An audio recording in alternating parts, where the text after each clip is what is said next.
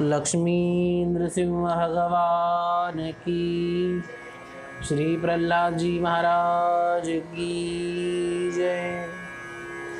उग्रं वीरं महाविष्णुं ज्वलन्तं सर्वतोमुखं नृसिंहं भीषणं भद्रं मृत्युन्नमाम्यहम्। नृसिंह भगवान की जय। नृसिंह जयंती का परम पुण्य पावन यह व्रत पर्व अपनी परंपरा में बड़ा एक दिव्य और विलक्षण स्थान रखता है। नृसिंह जयंती ये आसुरिता के ऊपर दैवीता का विजय है। आसुरी संपत्ति पे दैवी संपत्ति का विजय है। दुष्टता पे सज्जनता की विजय है। भक्ति की विजय, भक्ति की प्रस्थापना, ये नृसिंह अवतार का प्रयोजन है, उसकी विशेषता है। अन्य अवतारों में भी भगवान ने दैत्यों का विनाश तो किया, पर नृसिंह अवतार में प्रहलाद जी जैसे महाभागवत को राज्य पे बिठा के राज्याभिषेक किया। दैत्यों की परंपरा में भी इतना बड़ा महाभागवत भगवान ने स्थापित किया। ये नृसिंह अवतार की विशेषता। नृसिंह अवतार जिनके कारण भगवान ने, जिनके निमित्त से धारण किया, वो भक्तराज श्री प्रहलाद जी महाराज, उन्हें भी नमन करते हैं। और इस निमित्त कुछ चरित्र का अनुशीलन, चिंतन इत्यादि करते हैं। कथा भाग तो प्रायः सभी को पता होता है, पर उसका तत्व भाग सुनने का हम प्रयास करेंगे। ये दैत्य है, असुर है, राक्षस है हिरण्यकश्यप, और उसके गर्भ से, उसके कुल में, उसके पुत्र रूप में इतना बड़ा महाभागवत प्रकट होता है। क्या कारण? उसका कारण यह है कि गर्भाधान के समय और शिशु के गर्भस्थ अवस्था के दौरान उस गर्भ पे हुआ जो भागवत परंपरा का, भगवत भक्ति का जो संस्कार है, उसका ये प्रभाव है कि घोर दैत्य कुल में भी, घोर राक्षस कुल में भी इतना बड़ा महाभागवत उत्पन्न होता है। ये भगवान की भक्ति, ये सत्संग का महिमान है। इसलिए हमारे यहाँ पे सत्संग, इसे बहुत बड़ा महत्व दिया। हमारे कई शास्त्रकार ये कहते हैं कि सबसे पहला साधन यदि कुछ है, सबसे अमोघ साधन यदि कुछ है, तो वो सत्संग है। सताम संगतिरेवात्र साधनम प्रथमम स्मृतम। नवदा भक्ति के क्रम में भी गोस्वामी तुलसीदास जी ने सत्संग को प्रथम रखा। प्रथम भगति संतन कर संगा, दूसरी रति मम कथा प्रसंगा। सत्संग करके उस सत्संग से जन्य कथा को श्रवण करने का यह फल, भगवान के दिव्य महात्म्य का, भगवान के दिव्य नाम, रूप, गुण, लीला, धाम इत्यादि उनके श्रवण का यह फल है कि इस घोर दैत्य कुल में भी प्रहलाद जी जैसा महाभागवत प्रकट होता है। नारद जी महाराज के उपदेश, सत्संग इत्यादि का प्रभाव और उत्पन्न होते हैं तो बाल्यकाल भी भक्ति में जाता है। प्रहलाद जी का बाल्यावस्था से ही भगवान की भक्ति में अत्यंत तल्लीनता से वो रमण होते हैं, वो डूब जाते हैं भगवान की भक्ति में। खिलौने भी खेलेंगे तो भगवान के सुंदर रूप इत्यादि, उनके आकृति के खिलौने खेलेंगे। गाएंगे तो भी उनके दिव्य गुण इत्यादि गाएंगे, लेंगे तो भी उनका दिव्य सुंदर नाम लेंगे। इस प्रकार की उनकी दिनचर्या रही, बाल्यकाल की चर्या रही। और हुआ ये कि यथावकाश जैसे बड़े हुए, गुरुकुल में उन्हें भेजा गया। गुरुकुल में भेजा गया और वहाँ वो दैत्य कुल के अनुरूप शिक्षा लेने लग गई, जिसे जो है धर्मनिरपेक्ष शिक्षा जिसे कहा जाता है, जिसमें नीति का कोई मूल्य नहीं, दिव्य गुणों का, संस्कारों की कोई भी परछाई नहीं, भगवान का कोई नाम नहीं, केवल यही लक्ष्य है, खाओ पियो मौज करो। आज की भाषा में कहना हो तो eat drink and B Mary. केवल देह के सुख को ही, देह के भोग को ही सर्वस्व मान के उसी के पीछे अपना जीवन लगा देना, इसी में अपनी धन्यता मानना, यही शिक्षा वहाँ पे प्राप्त होती थी। किसी भी प्रकार से अपने देह को सुख मिलना चाहिए और उसके लिए भले ही दूसरों को कष्ट देना पड़े तो भी वो दे, ये भी शिक्षा उन्हें प्राप्त होती थी। इसी को राक्षसी वृत्ति कहा गया गीता में। गीता में सब वृत्तियों का वर्णन किया गया, राक्षसी वृत्ति, मोहिनी वृत्ति, आसुरी वृत्ति। तो राक्षसी वृत्ति का प्रशिक्षण दिया जा रहा था, पर प्रहलाद जी महाराज उसमें डूबते कहा। जिसके ऊपर सबसे पहले भगवत भक्ति का संस्कार हुआ है ना, उसके ऊपर दूसरा कोई रंग नहीं चढ़ता। भागवत का शब्द है कि प्रहलाद जी भगवान की भक्ति में डूब जाते, मानो किसी ने उन्हें ग्रस लिया हो। भागवत का शब्द है कि कृष्ण ग्रह गृहीत आत्मा, प्रहलाद जी को किसी ने ग्रस लिया। वो ग्रसने वाला कौन था? तो वो भगवान श्री कृष्ण ने ही ग्रस लिया। जैसे कोई ग्रह ग्रस लेता है, जैसे कोई भूत ग्रस लेता है, जैसे भूत लग जाते हैं, वैसे भगवान भी लगते हैं। आवश्यकता है प्रहलाद जी जैसी तीव्र भक्ति की। प्रहलाद जी को भगवान लग गए और उसके बाद तो क्या, बाहर ही कोई सुधबुध नहीं थी और भगवान की भक्ति में तल्लीन हो जाते। अब ये गुरुकुल में सभी बालक अपनी बाल्यावस्था के अनुसार खेलते कूदते, मनोरंजन इत्यादि, उनकी क्रीड़ा इत्यादि चलती।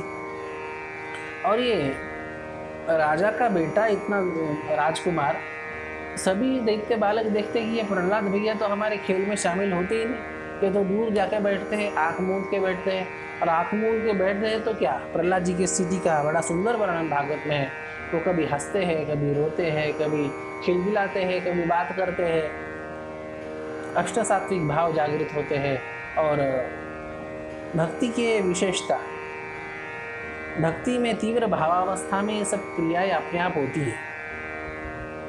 बाहरी बालकों को, अज्ञजनों को, अज्ञानी जनों को ये बात समझ में नहीं आती कि प्रहलाद को हो क्या गया, ऐसा क्यों कर रहा है।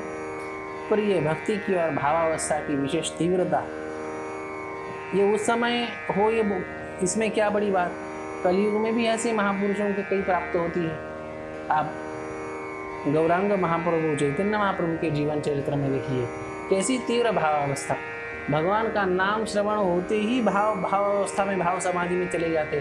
कभी रोते, कभी हंसते, कभी चिल्लाते। तो भावावस्था की क्रिया है। ठाकुर रामकृष्ण परमहंस, इनके जीवन में भी भावावस्था की इतनी तीव्रता थी कि उनसे क्या क्रिया हो जाए किसी को जो है पता, किसी को कोई भरोसा नहीं रहता, उन्हें भी पता नहीं चलता। तो ऐसी भावावस्था में प्रहलाद जी डूबे रहते। बाकी दैत्य बालकों को नहीं समझ में आता। एक बार वो दैत्य बालक पूछते हैं कि प्रहलाद भैया तुम क्या करते हो, तुम्हें क्या हो गया। प्रहलाद जी महाराज यहाँ पे उपदेश आरंभ करते हैं। प्रहलाद जी महाराज इन दैत्य बालकों को उपदेश करते हैं।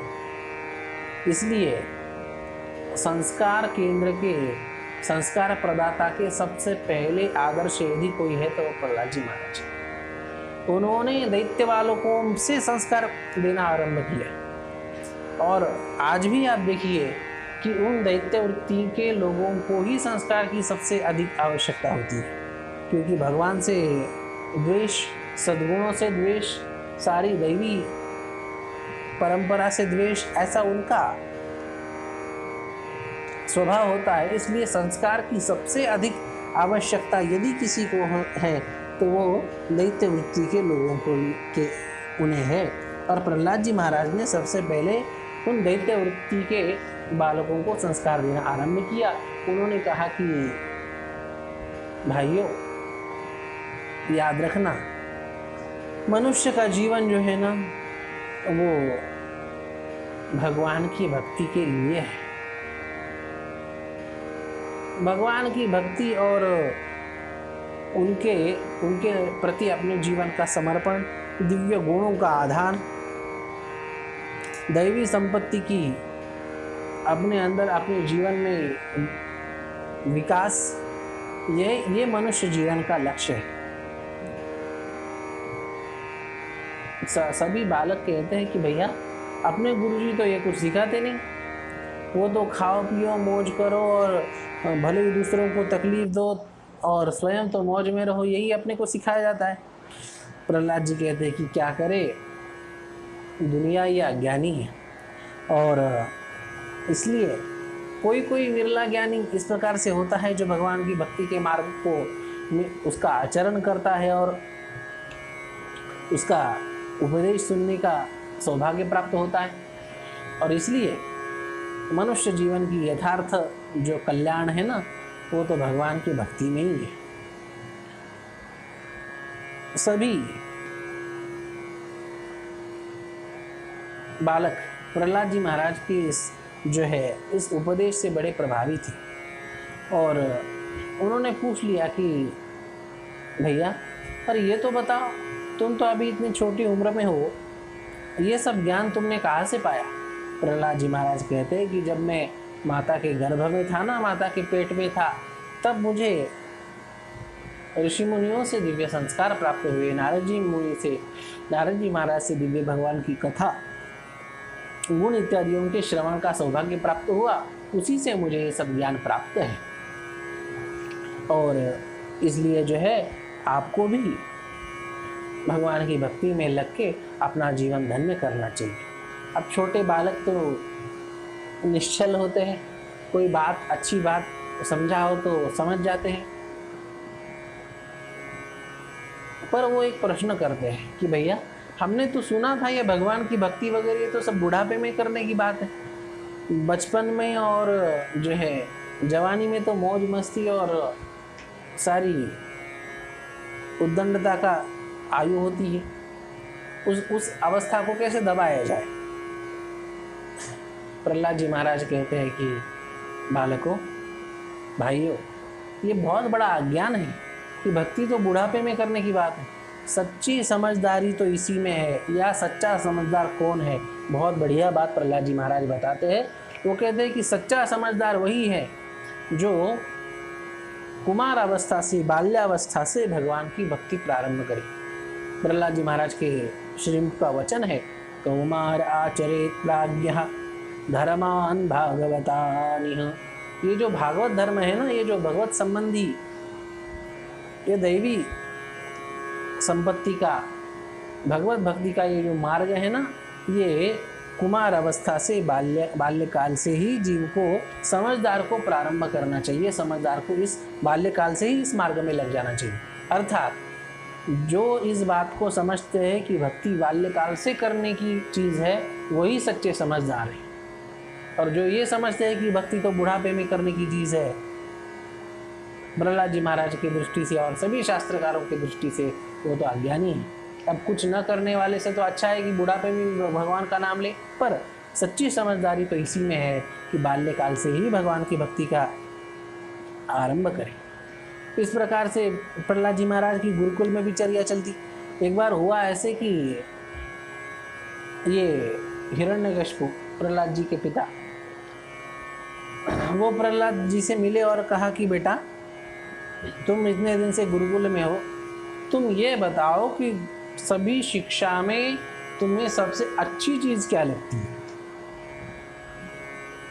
सारी शिक्षा में सबसे अच्छी चीज़ तुम्हें क्या लगती है? अब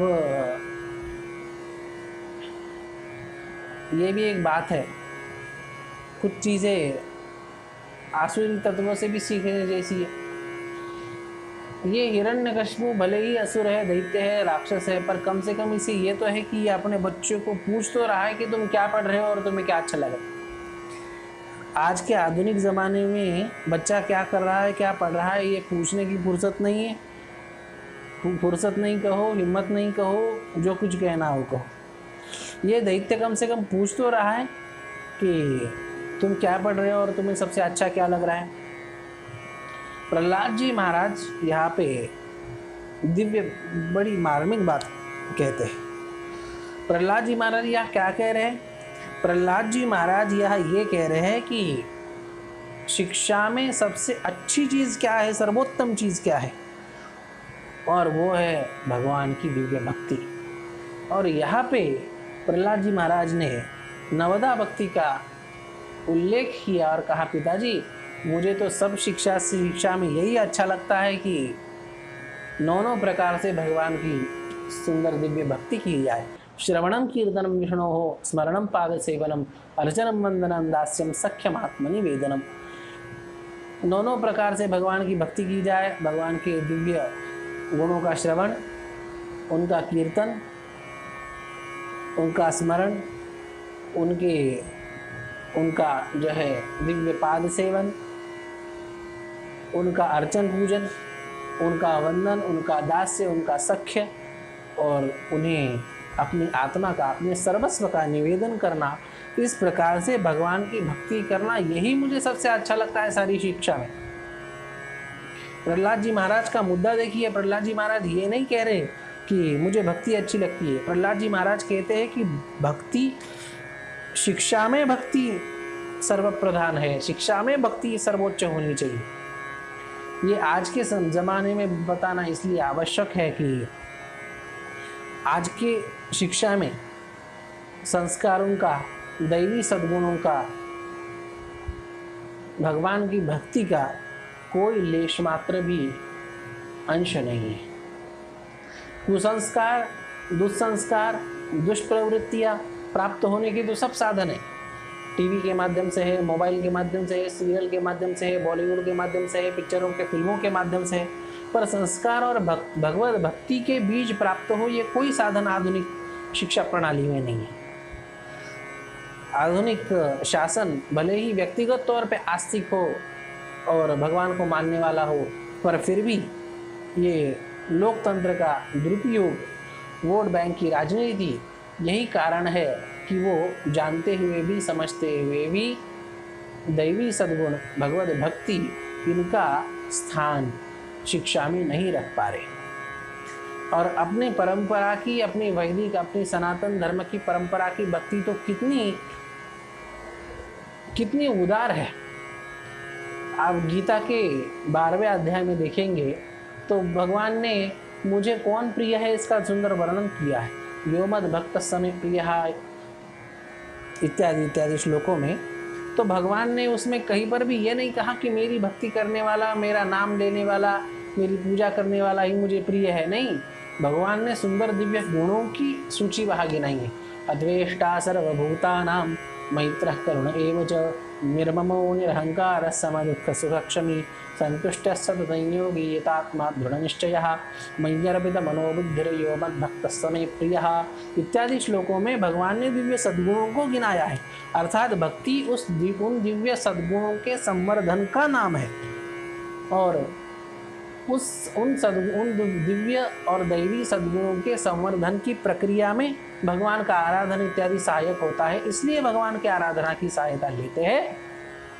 प्रहलाद जी महाराज ये बताना चाहते हैं कि द प्लेस ऑफ भक्ति इन एजुकेशन, शिक्षा में भगवत भक्ति का स्थान।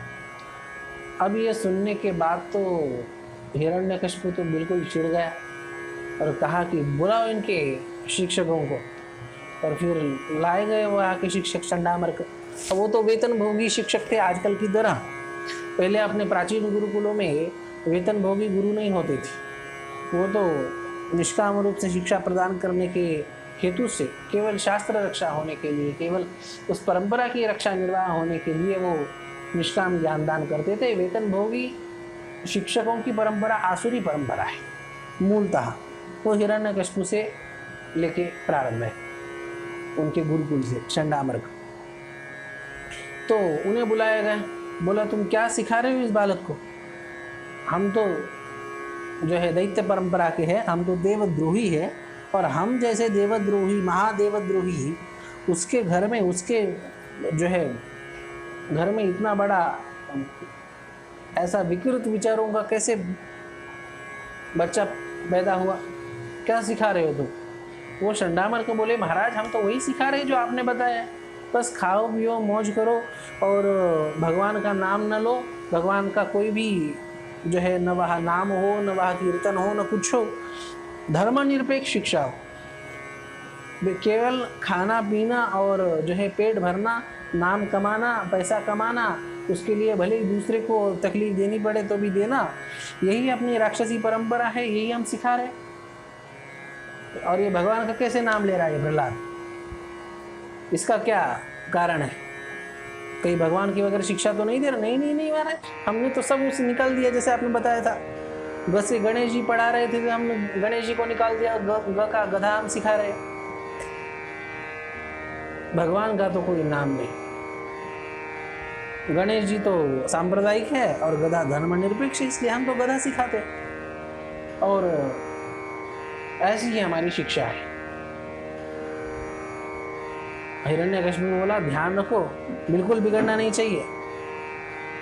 झंडामर्क जी ने कहा ठीक है महाराज, जो है कोई चिंता नहीं। फिर लाए गुरुकुल में, फिर कहा कि ये सब भगवत भजन और ये सब भगवान की बातें यहाँ नहीं चलेगी, यहाँ केवल आसुरी शिक्षा चलेगी। प्रहलाद जी महाराज कहते तो कुछ नहीं, पर अपना सिद्धांत भी नहीं छोड़ते।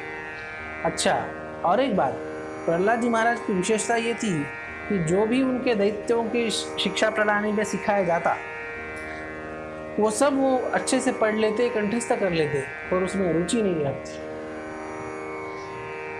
आजकल की शिक्षा प्रणाली और वो दैत्य प्रणाली बिल्कुल एक जैसी है, जिसमें केवल भोगने की जो है भोगने का ही लक्ष्य है।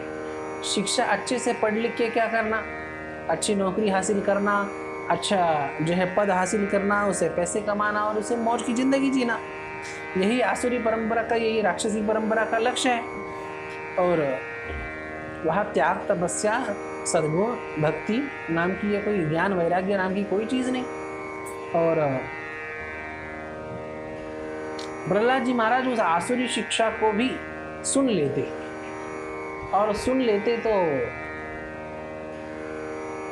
उसे कंठस्थ भी कर लेते, पर उसमें कभी रुचि नहीं लेते, और अपने जो करना है, अपने जो भगवत भक्ति में रम्माण होना है, बस उसी में रम्माण होते। अब होता यह है कि प्रहलाद जी महाराज जो करना है वही करते, अपने भगवत भक्ति में रम्माण थे। और एक बार हुआ ऐसे कि ये चंडामर्क बाहर गए हुए थे घूमने के लिए। शिक्षकों का ऐसा ही होता है, बच्चों को बिठा देते हैं और फिर अपना जो समय व्यतीत करना होता है, टाइम पास करना होता है, उसमें लग जाते हैं। चंडामर्क वैसे ही थे, वही से आज की आनुवंशिकता मानो आई है, वैचारिक आनुवंशिकता। तो वो बाहर चले गए बच्चों को बिठा के। प्रहलाद जी महाराज को तो अच्छा मौका मिल गया, सभी दैत्य बालक जो है बालकों में वो बड़े प्रिय थे, सज्जन किसे प्रिय नहीं होता। और सभी बालकों को इकट्ठा करके जो है बड़ी भगवान की सुंदर भक्ति की चर्चा करने लगे, और कहा कि अभी तक तुम खेलने कूदने में आनंद ले रहे थे, भगवान के संकीर्तन भजन संकीर्तन का कभी आपने आनंद लिया है? दैत्य बालकों ने कहा नहीं, तो अब लीजिए। ऐसा कह के सभी दैत्य बालकों को बिठा के दिव्य नाम संकीर्तन, भगवान का नाम संकीर्तन करने में तल्लीन कर दिया।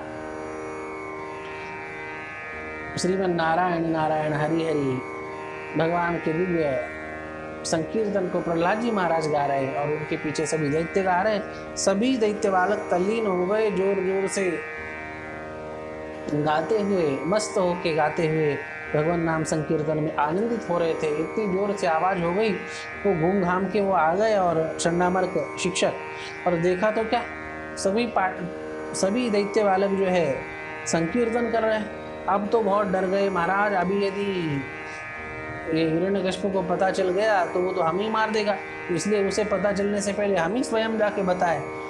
ये सोच के वो चंडामर्क हिरण्यकश्यप के पास गए और कहा कि महाराज वो तो उसने तो सारी पाठशाला ही बिगाड़ दी, भगवान के भक्ति को लगना मतलब बिगड़ जाना, ये आसुरी विचारधारा है। इस बात को याद रखिए।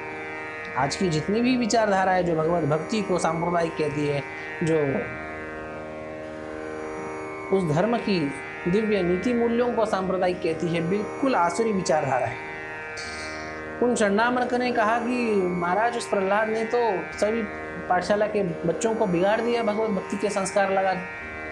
अब तो ये हिरण्यकशिपु चिढ़ गया और प्रहलाद को जो है बड़ी कठोर दंड यातना देने का विचार किया। बहुत यातनाएं दी, पर अब प्रहलाद जी महाराज की भगवत भक्ति का स्तर इतना ऊंचा और परिपक्व हो चुका है कि चलते फिरते, उठते बैठते, खाते पीते, हर अवस्था में उनका भगवत भजन, भगवत स्मरण, भगवत चिंतन, भगवत निधिध्यासन इतना परिपक्व हो चुका है कि जिसे देखो तित श्याममयी, भगवान के अलावा कोई दूसरा तत्व उन्हें दिखता नहीं।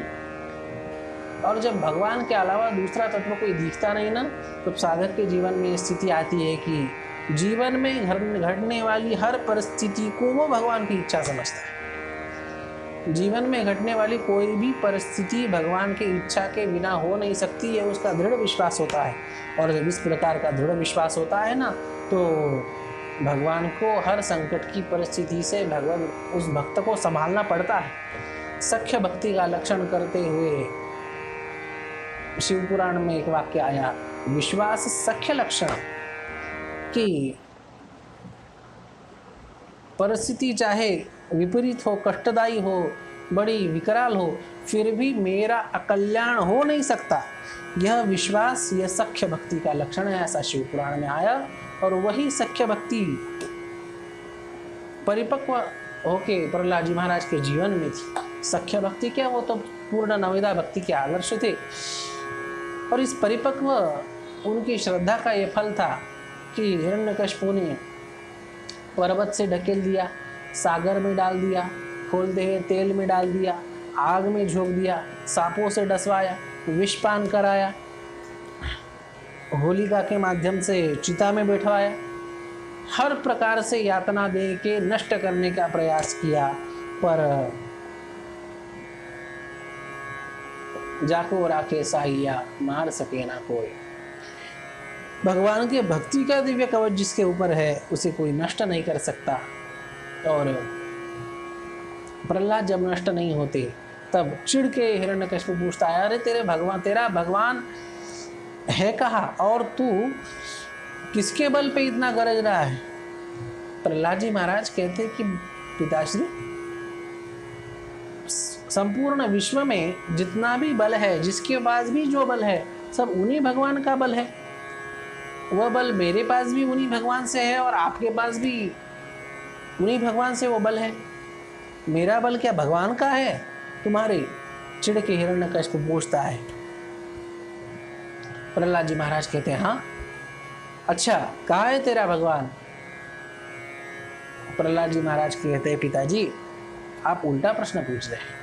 कहाँ है भगवान, यह प्रश्न ठीक नहीं है। भगवान कहाँ नहीं है, यह प्रश्न उपयुक्त है। भगवान तो सर्वत्र है। सृष्टि में, विश्व ब्रह्मांड में ऐसा कोई स्थान नहीं जहाँ पे उस भगवत तत्व का, जहाँ पे वो भगवत तत्व विराजमान नहीं है। हरिव्यापक सर्वत्र समाना और प्रेम प्रकट हो ही में जाना।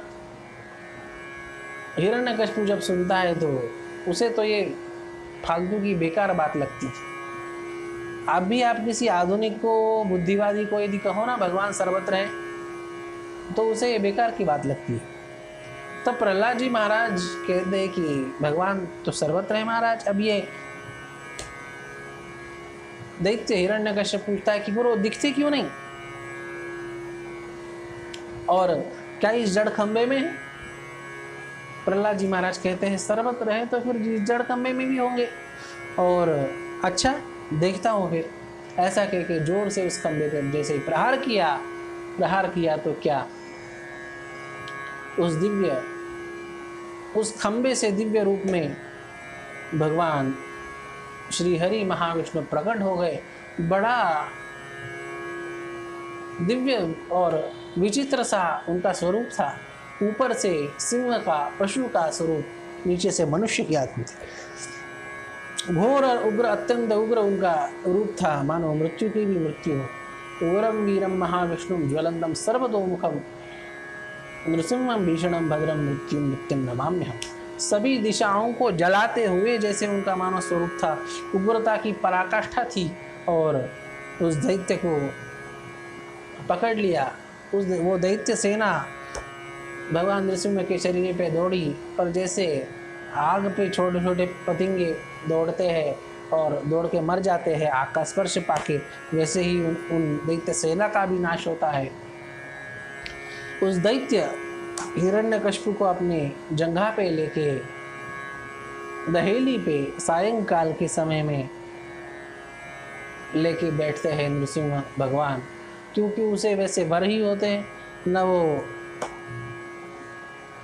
नर से मरे, न पशु से मरे, न अस्त्र से मरे, न शस्त्र से मरे, न दिन में मरे, न रात में मरे, न घर के अंदर मरे, न घर के बाहर मरे। बहुत लंबी सारी सूची उसने वरदान में मांगी थी। पर याद रखना, कितनी ही चालाकी, कितनी ही चतुराई से आप उस भगवत तत्व से बच के अपने आप को अमर करना चाहो ना, तो भी चतुराई से कोई बच नहीं सकता। उसे प्राप्त हुए सारे वरदानों की रक्षा नियमों के अंदर रहते हुए ऐसा दिव्य स्वरूप और देश काल परिस्थिति भगवान ने प्रकट की और उस दैत्य का वहीं पे विनाश कर दिया। उसका पेट फाड़ के भगवान ने उसका विनाश कर दिया, और विनाश कर दिया तो सभी देवता पुष्प वर्षा करके जय जयकार करते हैं, बोलिए नृसिंह भगवान की जय। उस दैत्य का विनाश करके भगवान नृसिंह प्रहलाद जी को मानो ढूंढ रहे। अब हुआ ऐसा कि वो तो हिरण्यकशिपु तो मर गया, पर भगवान नृसिंह का क्रोध ही शांत नहीं हो रहा।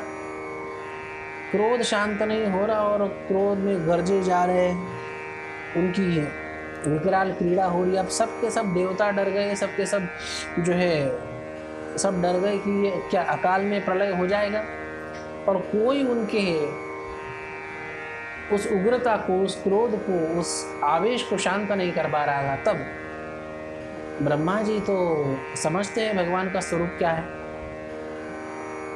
ब्रह्मा जी प्रहलाद जी को आगे कर देते हैं। देवताओं को अच्छा नहीं लगता, बताओ इतना छोटा कोमल बालक प्रहलाद, इसे इस उग्र अवस्था में आगे कर दिया। पर ब्रह्मा जी को भगवान का स्वभाव पता है। प्रहलाद जी महाराज हाथ जोड़ के जाते हैं और चरणों में प्रणाम करते हैं। चरणों में प्रणाम करते हैं नृसिंह भगवान के, और एक क्षण में ही जैसे ही चरणों में प्रणाम करते हैं नृसिंह भगवान शांत हो जाते हैं और एकदम से मानो स्वरूप ही बदल जाता है। कहते प्रहलाद प्रहलाद, अपने दोनों हाथों से चरणों पे पड़े हुए प्रहलाद को उठाते हैं, आलिंगन देते हैं, उन्हें चूमते हैं, उन्हें चाटते हैं। इस अवतार में भगवान पशु रूप में है। पशु अपने बालकों को चाट के अपना प्रेम व्यक्त करते हैं, चाहे गैया हो, चाहे अन्य कोई पशु हो, अपने बालकों को चाट के प्रेम व्यक्त करते हैं। भगवान उसी लीला का यहाँ दर्शन कराते हैं और प्रहलाद पे अपना प्रेम समुद्र मानो उड़ेल देते हैं। और इतना ही नहीं, कहते हैं कि प्रहलाद, मेरे भक्ति को न छोड़ने के कारण, मेरी भक्ति को करने के कारण तुम्हें बहुत पीड़ा दी है, पर इतनी पीड़ा सहने के बावजूद भी तुमने मेरी भक्ति का त्याग नहीं किया। इतनी पीड़ा तुमने सही, ये बताओ कहीं मुझे आने में तो देर तो नहीं हुई ना?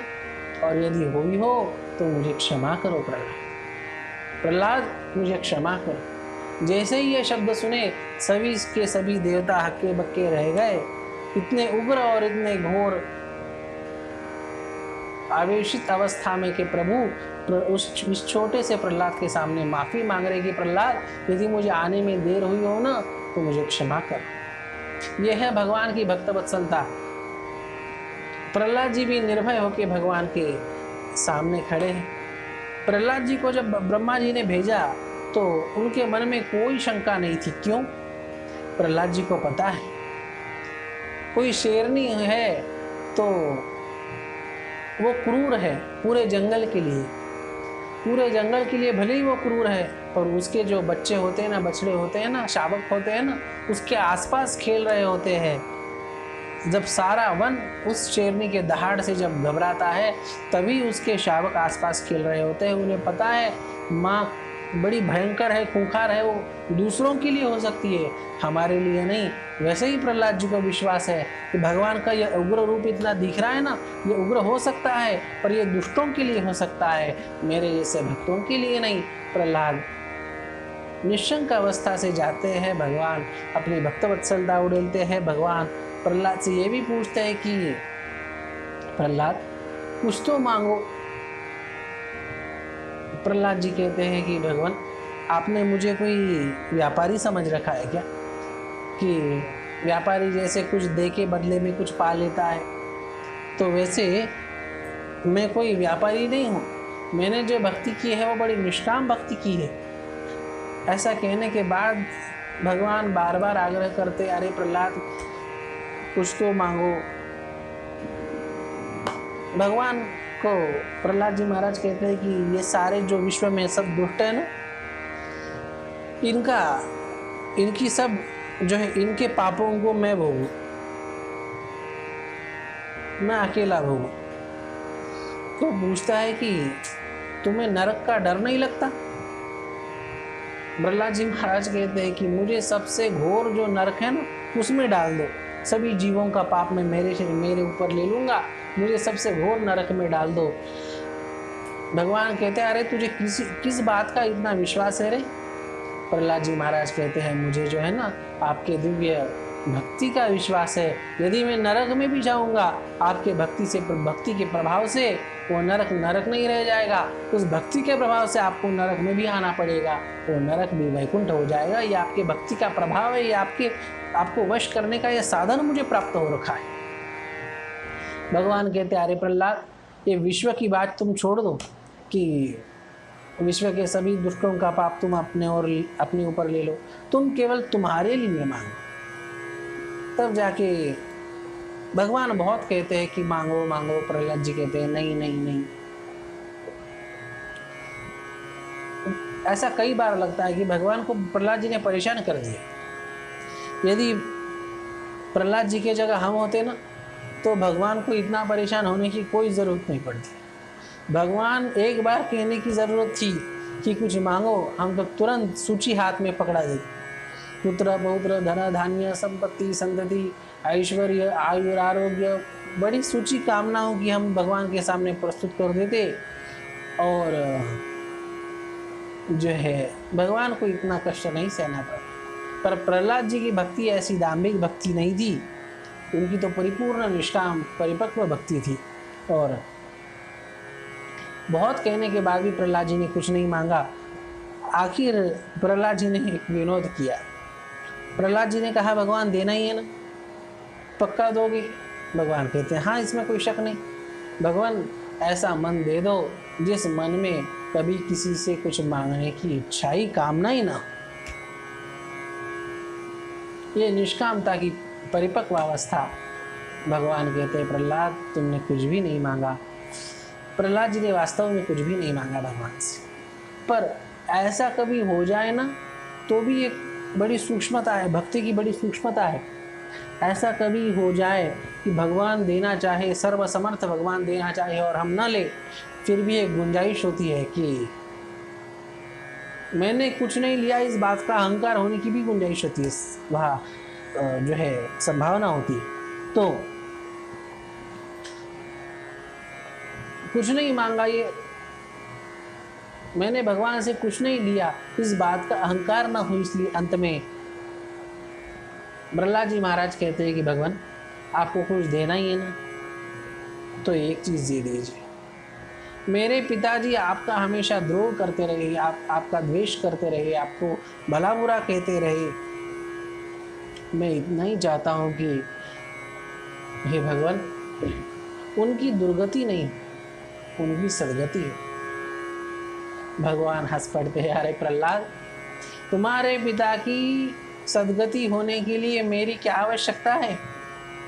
तुम्हारे पिता की सदगति होने के लिए मेरी कोई आवश्यकता नहीं।